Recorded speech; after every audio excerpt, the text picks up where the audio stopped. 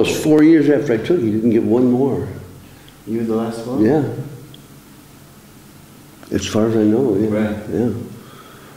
I mean, he was, it seemed like he was pretty hesitant to give it to me, but when he first said, but then within like 20 minutes, he changed. There was, yeah, it was, he said, okay. And I was like, uh-oh. Oh my God.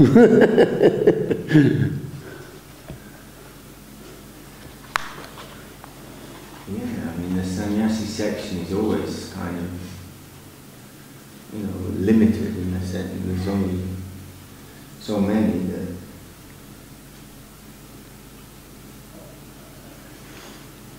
that. I feel very fortunate. Yes. Okay, Shri Prabhupada Jivanamritam Ki Jai. Srila Bhakti Rakak Sridhar Dev Goswami Maharaj Ki Jai. Chaitanya-charitamrta Ki Jai. This is really such a blessing from Srila Guru Maharaj. I wanted to say the greatest blessing, but how can you make anything, you know, any kind of statement like that? With Srila Guru Maharaj, everything is the greatest. Okay. So we just did the Shastakam from Mahaprabhu, then the sloka from Kulishekar Maharaj, and then the last one was the Stotram, is that right? Stuta, from the prayers by the demigods. And now, okay, now heavy, we come to a heavy, sloka number 5. Guru Maharaj's summary is, when the traditional guru and guardians are found to be unfavorable, they too must surely be abandoned. So in India, every family has a family guru. And you know, oftentimes that family guru really doesn't have a connection with the sampradaya. He's just been, you know, his father did it, his father before him did it, his father before him did it. Like in the case of Srila Govinda Maharaj, he was guru for the people in his area, besides being a, you know, a professional singer and, you know, expert in singing the songs of, you know, even high songs about Lord Krishna in the Gaudiya Vaishnava line, but professional nonetheless. And, you know, because of that, Srila Govinda Maharaj himself walked away from the Jai Shri Guru Gauranga Radha Giridhari Ju Ki Jai. Srila Govinda Maharaj himself walked away from the, you know, the whole expanse of the family religious system. He abandoned the dharma of it, which was not easy, very difficult, because it's very heavy. And I think must have been particularly heavy in his case because, you know, his father was a, you know, a traditional guru.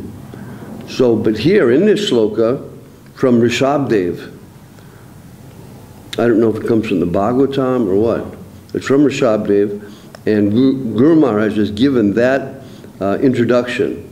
Now, Sri Rishabdev tells us the, you know, the total punch that, you know, these gurus are not, you know, not to be held on to if you find someone who's got the real substance. So, you know, this is applies all across the board. I wish I had this sloka yesterday that man was asking me, should I abandon my guru? This is a family guru. And I said, yes, basically. You should go. You should, yeah. Because if he doesn't have the, you know, he's not connected with the stream of energy, And it's just like a social and cultural thing. And you can actually find someone who's got the, you know, the transcendental stream. You should come to that person. So, you know, maybe you'll think about it. But you know, like Gurudev has said so many times, it's really difficult in the case of, you know, the social and cultural and familial obligations of Indian families. Okay, so one who cannot save other souls from the world of impending death, that is, one who cannot teach the path of devotion, he cannot be a teacher, although he may be called guru. He cannot be a relative, he is not worthy of the designation. He cannot be a father, he is not qualified to beget a son. She cannot be a mother, she should not bear a child. He cannot be a god, and the demigods who cannot deliver others from material bondage are not entitled to accept the worship from human society. And he cannot be a husband. His hand is not fit to accept in marriage. So teach the path of devotion. That's the essence. And throughout the shloka, Rishabdev, there's other shlokas like this, but this is particularly complete. And you know, I'm sure it's beautiful. Is it Bengali or Sanskrit? I can't tell. I think it's Sanskrit. Okay, but it's from Rishabdev, so maybe from the Bhagavatam. I'm not sure. So yeah, it's definitely Sanskrit. Let's do the Sanskrit now. Okay. All right. This is the verse that we're familiar with. Gurur na sa shat. Sva jano na sa shat. Pita na sa shaj. Janani na sa shat. Daivam na tat shan. Na potis cha sa shan. Na mochayedya samupeta mrityam. So samupeta mrityam. You know, if you can't deliver that person from death. And Guru Maharaj gives the rendering as the path of devotion. So saving, what saves one from death? Of course, the path of devotion. Otherwise, even liberation in the impersonal Brahman really doesn't save you from death. It may save you from death for a while. But eventually those people, because they're not able to fulfill the desire of the soul, and they're not surrendered, that's why they've merged. They've been so determined to withdraw from the material world and the suffering of the material world, but at the same time unable to accept the unquestionable position of the Supreme Personality of Godhead. They merge, and then they have to come back down again. So that doesn't free them from death. So Guru Maharaj's rendering of making one free from mrityum is mochayad samupeta mrityum. So mochayad, that's liberate, free one from the hand of death. So guru na sashat, swajano na sashat. So don't be a guru. Don't be a relative. Don't be a father. Don't be Janani. Don't be a mother. Don't be a deva. And don't be a pati, a wife or a husband in marriage. If you cannot liberate your dependence from death, and in the positive sense Guru Maharaj gives, give them devotional service. So this sloka was underlined to everyone who was married at the time of Srila Prabhupada. That, you know, okay, now you're getting married, that's okay, it's a concession, but you have to deliver your dependents. There's no like question of just flaking around and you know, not engaging seriously in devotional life. If you don't do it, you're denying your duty and going against the clear teachings of the Shastra. What to speak of, you know, actually harming your dependents. And how can that be harmed? If you don't do anything, it means they're still stuck in the material world. So why you are allowing this? You know, that's this shloka is saying that. How can you do that to your children, to your wife, to your husband, to the people, for the demigods, the devatas, the people that you are worshiping you? You know, what are you doing? Why aren't you giving them devotional service?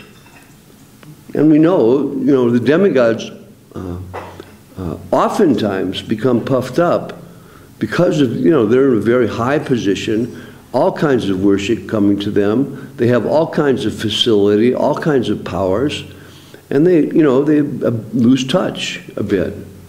You know, so we're kind of lucky that we're stuck in a position where we don't have many powers, we don't have many opulences, and we don't have so many things to be puffed up about. So, you know, the plane of existence that we're on kind of almost facilitates humility. So it's, you know, Mahaprabhu has come to this plane to give the, you know, give the highest chance. But nonetheless, that, you know, that the opportunity and the necessity that's behind Mahaprabhu's descent, as we've read, pervades the universe. So here at Rishabhdev, you know, with you know, full knowledge of you know, past, present, and future, no doubt, as a Paramahansa Vaishnava and realized soul, he's seeing this obligation pervades the universe. It's part of the like sambandha, what it is to function within this material world, and understanding that functioning in relation to the will of the Supreme Personality of Godhead. So, you know, we've all got our hands full just dealing with ourselves. But, you know, if we take on those responsibilities, it's something you've got to do, you know. Otherwise, it's neglectful. And, you know, it's not good for anybody's future. Okay, so, but in a positive sense, give them devotional service. The path, put them on the path of devotion, at least. Guru Maharaj summarizes the shloka.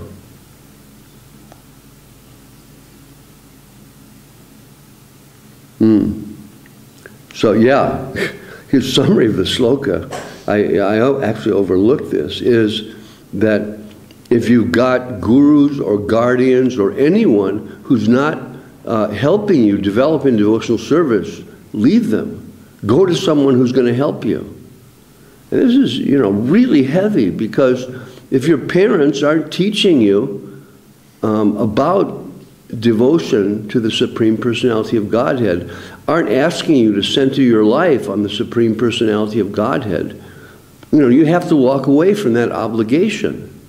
It's necessary. And, you know, because the family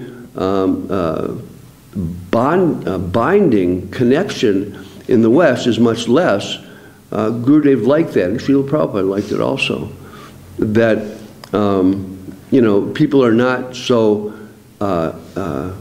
entangled in family life because families aren't very well connected. The fathers have forgotten their responsibilities.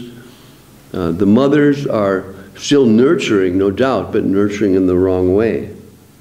And so walk away from them, walk away from your demigod worship, like Krishna advises the residents of Vrindavan to worship Govardhan Hill. Walk away from those devatas, and walk away from those so-called gurus who don't give you entry to the path of devotion. Okay. So next, number 6. We'll do one more, and then we'll read the Chaitanya-charitamrta. So Guru Maharaj's entree, the resolve to reject everything unfavorable by means of all the senses. Okay. Reject everything by means. So, he's saying we've got to think in that way and utilize what we have, our current functional facility to execute this important aspect of devotional life. So now we get to hear from Maharaj Kulashekar again. Anybody remember who Maharaj Kulashekar is? He's one of the Alwars? Yes. Yes. One of the Alwars and king of? Somewhere in Kerala? Yeah, Trivandrum, I think. Yeah. And so, great Vaishnava, and simultaneously executing his duty as a king in the real sense. Giving his subjects the worship of Lord Krishna. And actually in Trivandrum, there's a huge Vishnu temple, and they say that Vishnu is actually in the ocean off the coast there. Of course, not visible to us, but he's actually there. That's what the local, understanding is. And also directly across from where that Lord Vishnu is laying, there's a you go in about maybe 200 or 300 meters from the beach, and there's a big Krishna temple. And it's another one that they don't know when it was constructed, how Krishna got there or anything. It's just beyond anybody's remembrance. Okay, anyway, so Kulashekar Maharaj, great devotee from, long time ago, maybe 1,500 years ago, something like that. But still his, the power of his devotion is coming through to us. And this is, translation of Guru Maharaj's Bengali rendering of Kulashekar Maharaj's statement.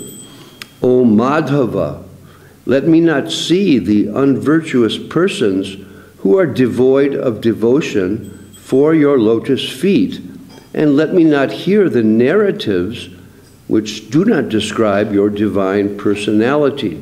O Lord of the universe, may I never have contact with those bereft of faith in you. And moreover, lifetime after lifetime, may I never be without the company of your associates who are devoted to your loving service. Sri Kulashekar. So Maharaj Kulashekar is, pleading with Madhava to make the arrangement, because, we can try, but ultimately, the force of the illusory energy is such that we're just going to be surrounded by inauspicious things and inauspicious persons and so many things like that. So he's pleading with Madhava, Krishna, to help him, avoid the association of non-devotees, people who don't talk about the personality of Godhead, who don't, encourage him in his devotional life, and who don't have any faith in Krishna. And then he says, in a positive way, lifetime after lifetime,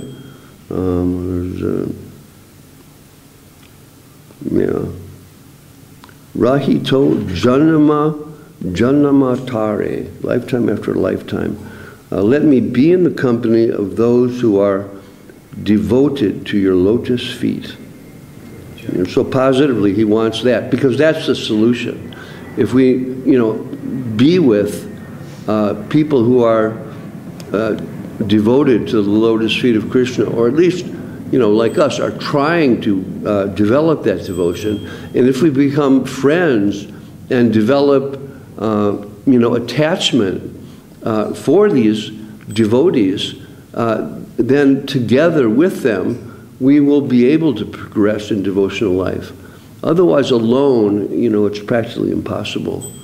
People used to go to the mountains and meditate in caves and stuff like that in yoga, and maybe some are able to do it today, but they're, they're impersonalists, and they're trying to, like it's said very heavily that they're trying to kill Krishna, and in that, of course, it means that they're trying to kill their, what's inside of them, their eternal nature in relation to Krishna.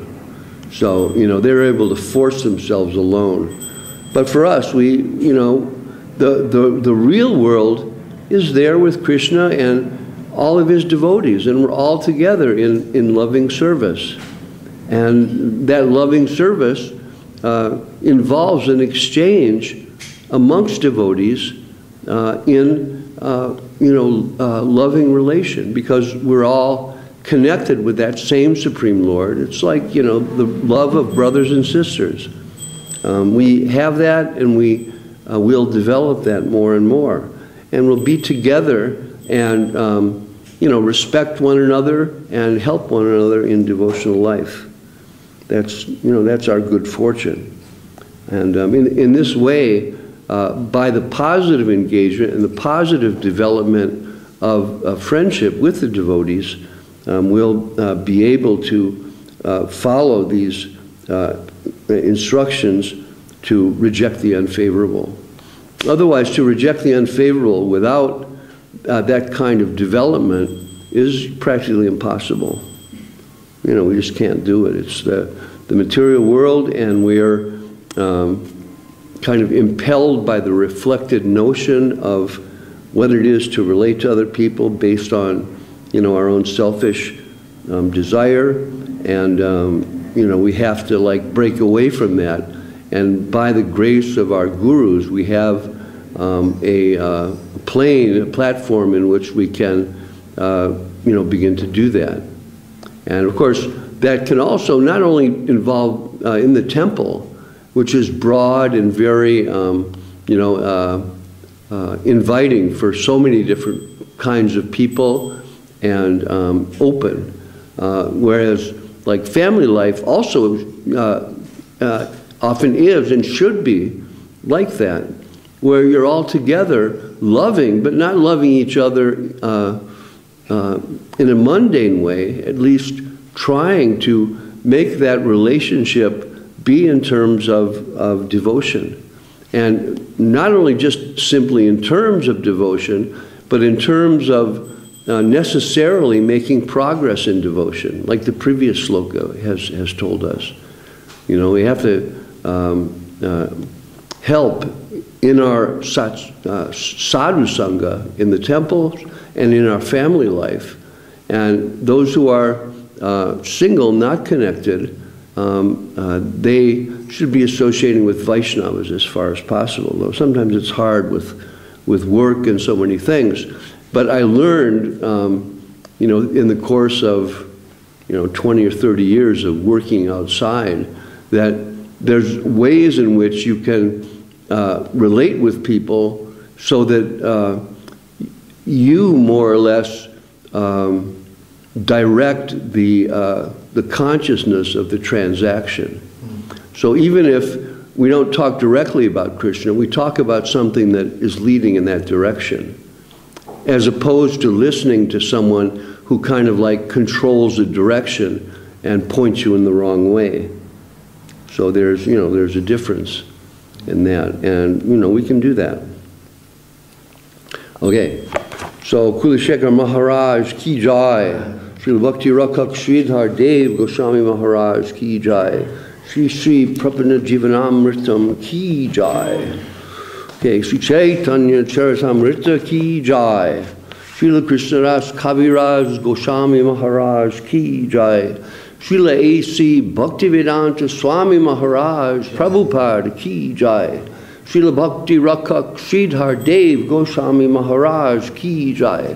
Srila Bhakti Sundar Govinda Dev Goswami Maharaj ki jai. Srila Bhakti Nirmal Acharya Maharaj ki jai. Sri Chaitanya-charitamrta Acharya Brinda ki jai. Jai Gaur Premanandi. Jai Jai Sri Chaitanya Jai Nityananda. Jaya Dvaita Chandra Jaya Gaur Bhakta Vrinda. Jaya Jaya Sri Chaitanya Jaya Nityananda. Jaya Dvaita Chandra Jaya Gaur Bhakta Vrinda. Okay.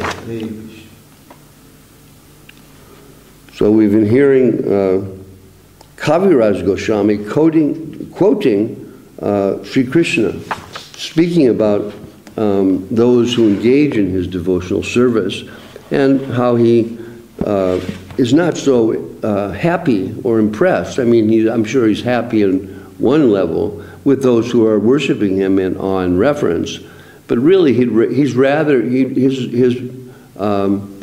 desire is to play with the devotees. And he wants the devotees to come to that stage of loving surrender where they can actually relate with Krishna not as God. And that takes high degree of purity and high degree of surrender and desire to serve. So that desire to serve will still pervade everything, and everyone will serve Krishna, but the consciousness will be different. They'll be serving as friends and consider him just a friend. Not, whoa, Krishna's way up there, he's God. Sometimes we've read, they'll think, he may be a demigod, but we can't tell. So like that. Krishna is advising, Kaviraj Goswami Maharaj is quoting Krishna that these things are not, the worship of Narayan and in my form is not the thing that I really want. Okay, so, yes. So the last, devotees never accept Sayuja, however, since that is oneness with Brahman. How in the Vaikuntha realm, the devotees accept liberation, which is Sharsti, achieving the opulences of the Lord, Sarupya, having a form the same as the Lord, Samipya, living as a personal associate of the Lord, and Salokya, Loka, living on a Vaikuntha planet. Okay, now the next verse is verse 19, and the translation is, I shall personally inaugurate the religion of the age, Nama Sankirtan, the congregational chanting of the holy name. I shall make the world dance in ecstasy, realizing the four mellows of loving devotional service. So, dancing in ecstasy, and what comes through the transcendental stream that descends by the grace of the pure Vaishnavas, reaches us somehow or other, filled with the possibility of development of the four mellows of devotion, one of the four mellows, or even entering in gradually through all four to reach the stage of, which is the goal of the Gaudiya Vaishnava, is the stage of being the servant of the servant of the servant of the servant in relationship to Krishna's highest exchange of with the most highly surrendered devotees who are giving up, everything, all social and cultural and familial and every kind of obligation that is related to just life. So they're giving their lives to Krishna. And it's manifest directly in a situation in which it's real. It's not just some kind of plane where it's all just kind of happening, but in a I don't know what I'm saying, but in like a theoretical way. It's actually real. The whole thing is constructed based on that, the necessity of exhibiting that transcendental feeling. So, you know, it's built by Yogamaya in conjunction with Lord Balaram. The whole scene is created, you know, filled with the necessity of the manifestation of loving devotion. So it's, you know, we read about this and we understand about the nature of loving devotion, but, you know, we should also understand that loving devotion manifests, like here, our temporary desire manifests in form, illusory form of matter. There, the loving service desire and the desire of the Lord manifest in the form of, you know, transcendental energy that arranges for a, you know, a living circumstance that, you know, is filled with happiness and joy and fully facilitates our devotional exchange with Krishna on, you know, so many different levels. So, you know, it's amazing. What can we say? Krishna himself is saying, Yuga Dharma Pravartaimu Nama Sankirtana Charibhava Bhakti Diya Nachama Bhuvana. Yuga Dharma, the religion of the age, Pravartaimu, I shall inaugurate this Nama Sankirtan, chanting of the holy name, Charibhava, the four moods, a bhakti of devotion, diya, giving, I'll be giving that, and nachamu, dancing, I'll cause to dance. What is it? Natya, is it? Natya dancing? Yeah. Natyaraj is Krishna. So this comes in Sanskrit too, causing to dance, kind of a,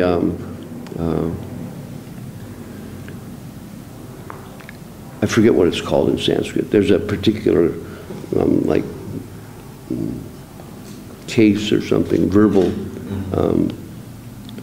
case in which there's, in the future, causation. You know, yes. Natyaraj? Shiva?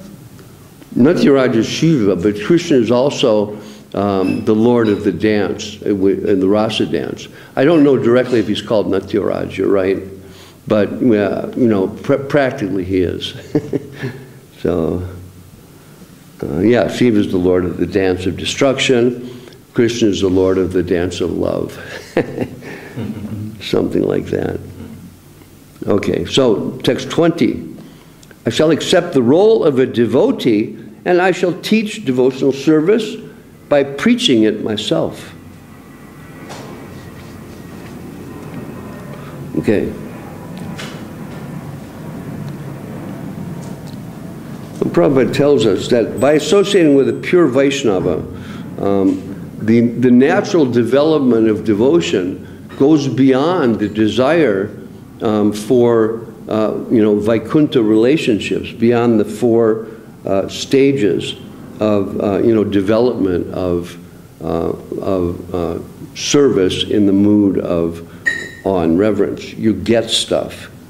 Where of course the devotees receive or revive their transcendental form, but it's also, you know, just in a little village, and it's not filled with opulence. Whereas there you get, you know, Sharsti, Sarupya, Samipya, Salokya.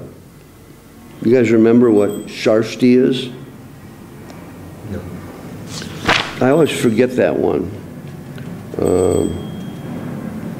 Sharsti, we just described. Oh, there we go. Sharsti, achieving the opulences equal to those of the Lord, the Aishvarya. Somehow it comes to Sharsti. And Sarupya, that's easy. We know that the form, Samipya, living as a personal associate of the Lord. Salokya, living on a Vaikuntha planet. The position of Vrindavan is similar, but the devotees are not asking for that. You know, they don't want anything except to serve Krishna. And based on that, that kind of desire, the realm is produced to facilitate the pinnacle of devotion. So the surroundings are very simple, and that enhances the mood of full surrender and full devotion. There's no distraction of opulences or spiritual enjoyment and stuff like that. Even though, of course, the devotees are always ecstatic, but there's always the switching moods of separation, and then through that separation, union becomes fully enhanced and fully real. So these things are going on up and down, kind of in the realm of the four rasas, the four positions of loving exchange.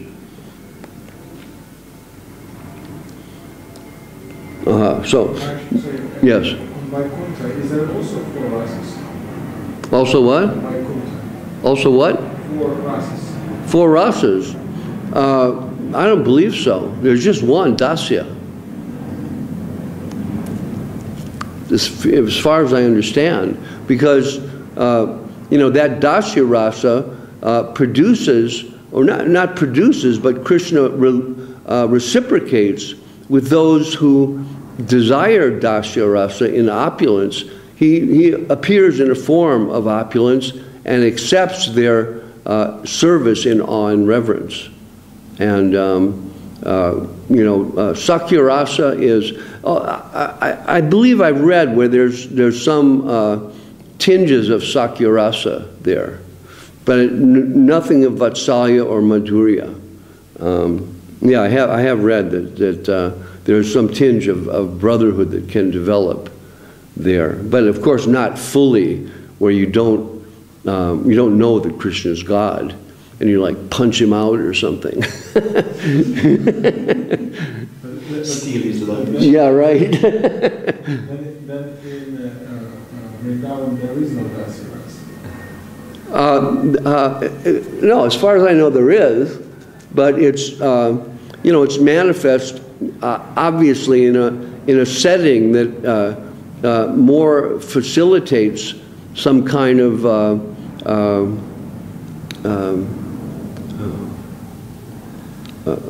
more closer relation. I mean, as far as I understand, I've never heard that there's no dasya. Sakya, dasya, yeah. No, there's Shanta, right, maybe not dasya. Shanta, yeah. But that's also in Mathura and Dwarka.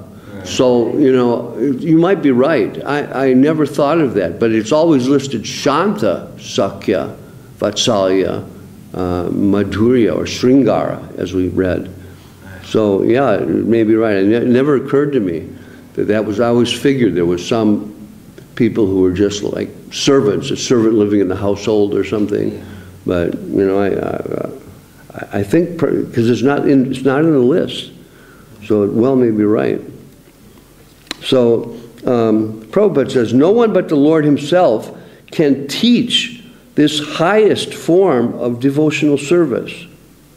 That is, without, not even wanting to accept personal benefits that are offered by the Lord. You don't even want them. You just want to serve. You don't need any opulence or anything. This is like a very deeply, highly developed stage of devotion. And of course, Srila Sridhar Maharaj, I'll say it again, I say it a lot, but I'll say it again, that in answer to the sahajas who think that you can go to, suddenly feel like bhava or prema and, transport yourself to that plane of existence while you're still within the realm of this world. It's like, not possible.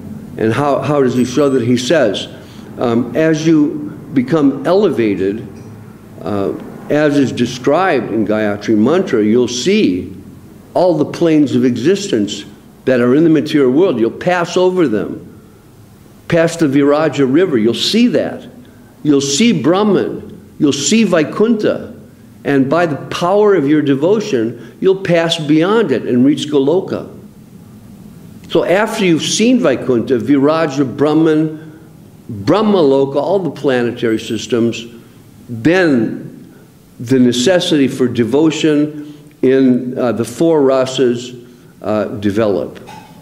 So anyone who hasn't done that is bogus.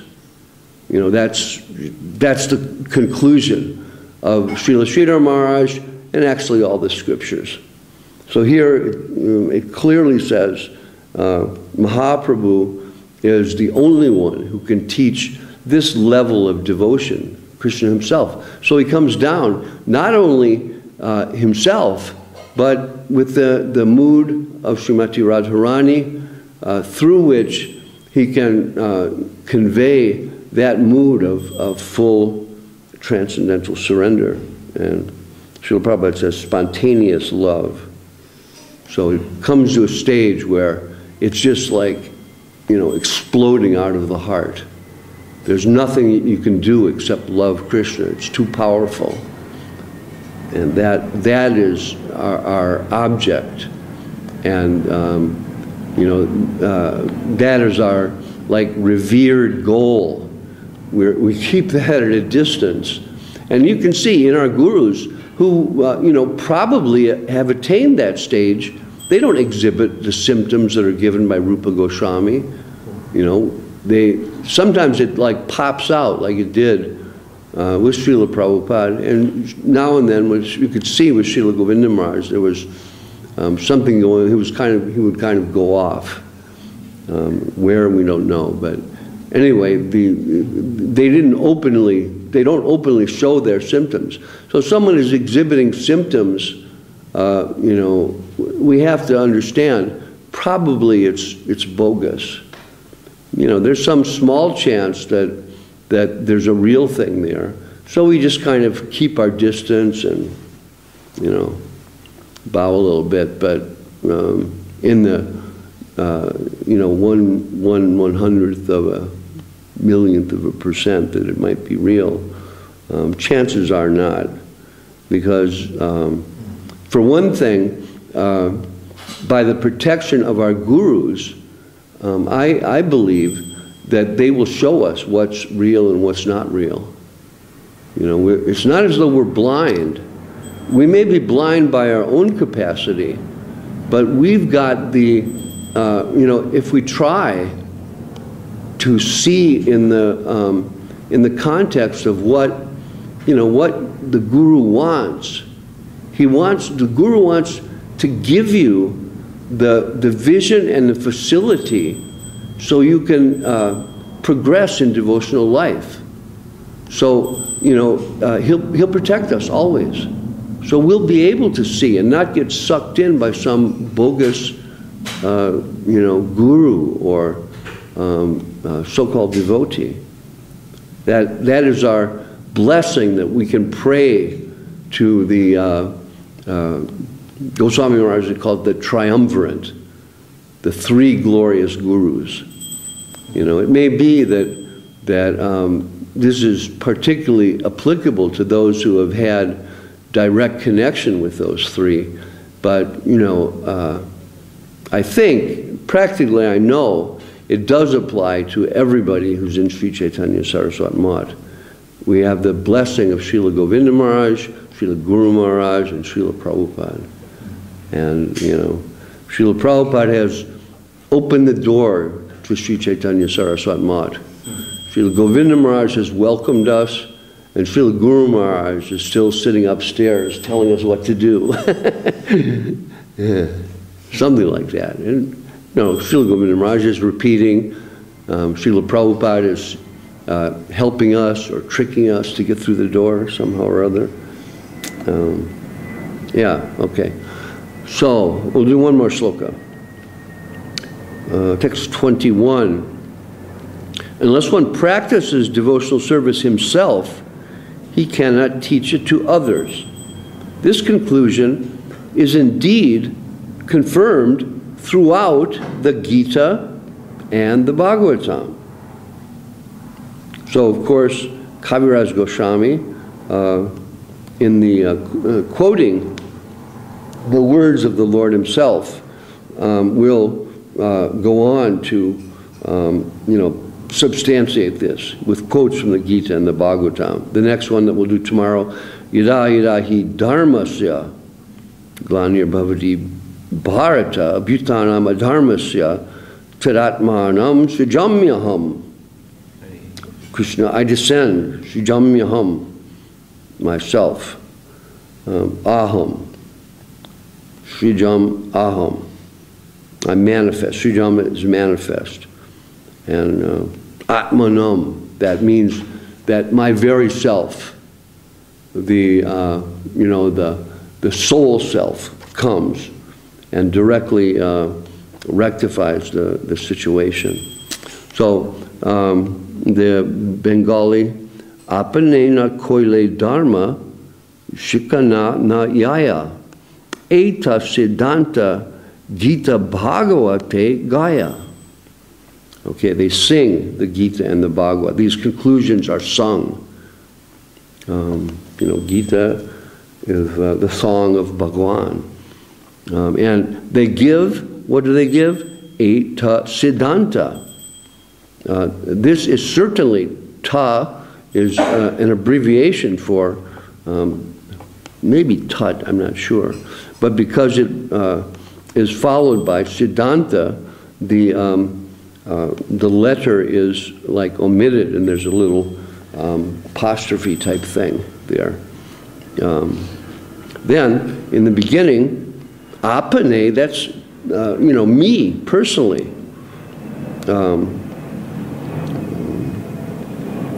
Excuse me. That's one personally, anyone personally, apane.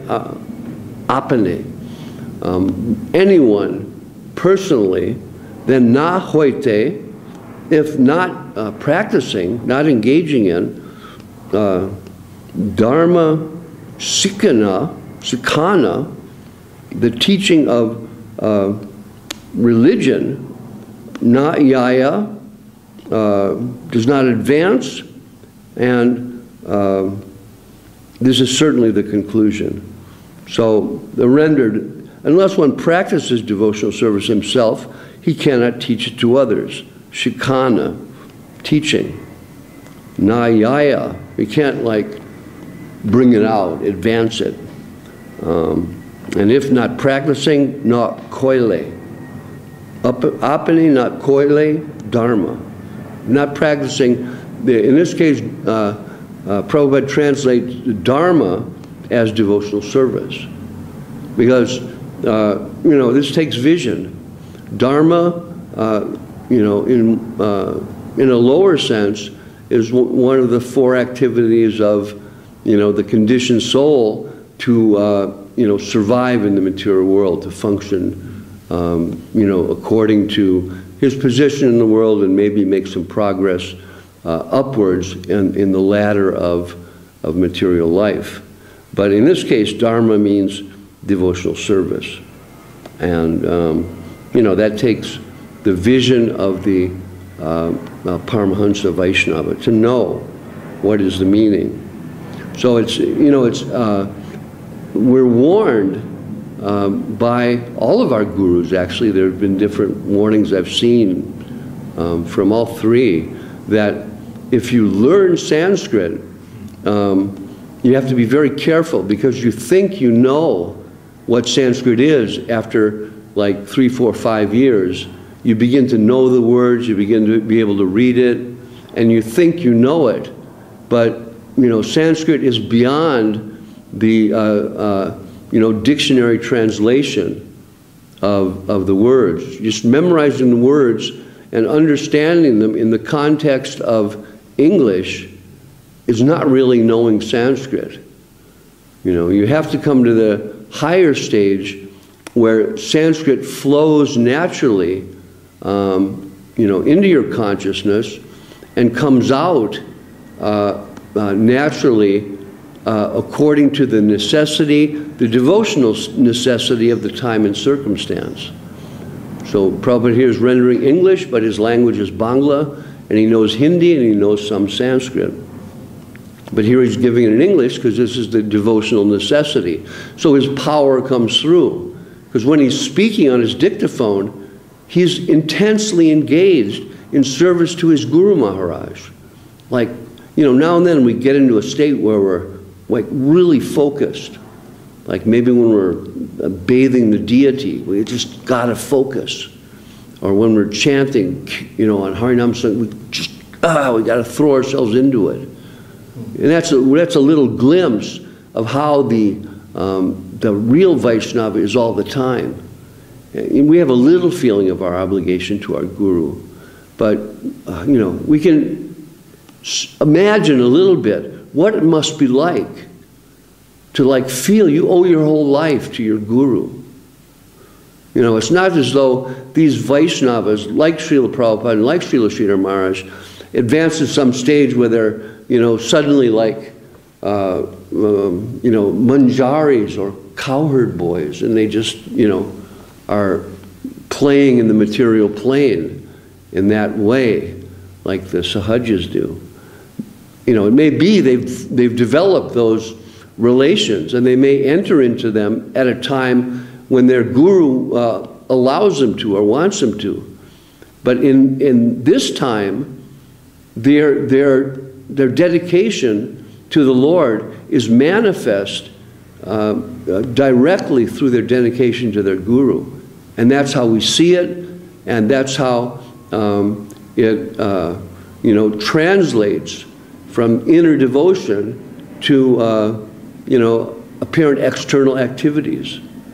It's based on, fully based on pure surrender to Srila Bhakti Siddhanta Saraswati Thakur. So just how worshipable is Saraswati Thakur to us? You know, it's like he's way beyond us, but you know, we have to really give great regard to him because he's given, what's the word? He's not transposed, but he's like, you know, brought out, shown to us the kind of devotion and surrender that we can't even understand in Srila Sridhar Maharaj and Srila Prabhupada.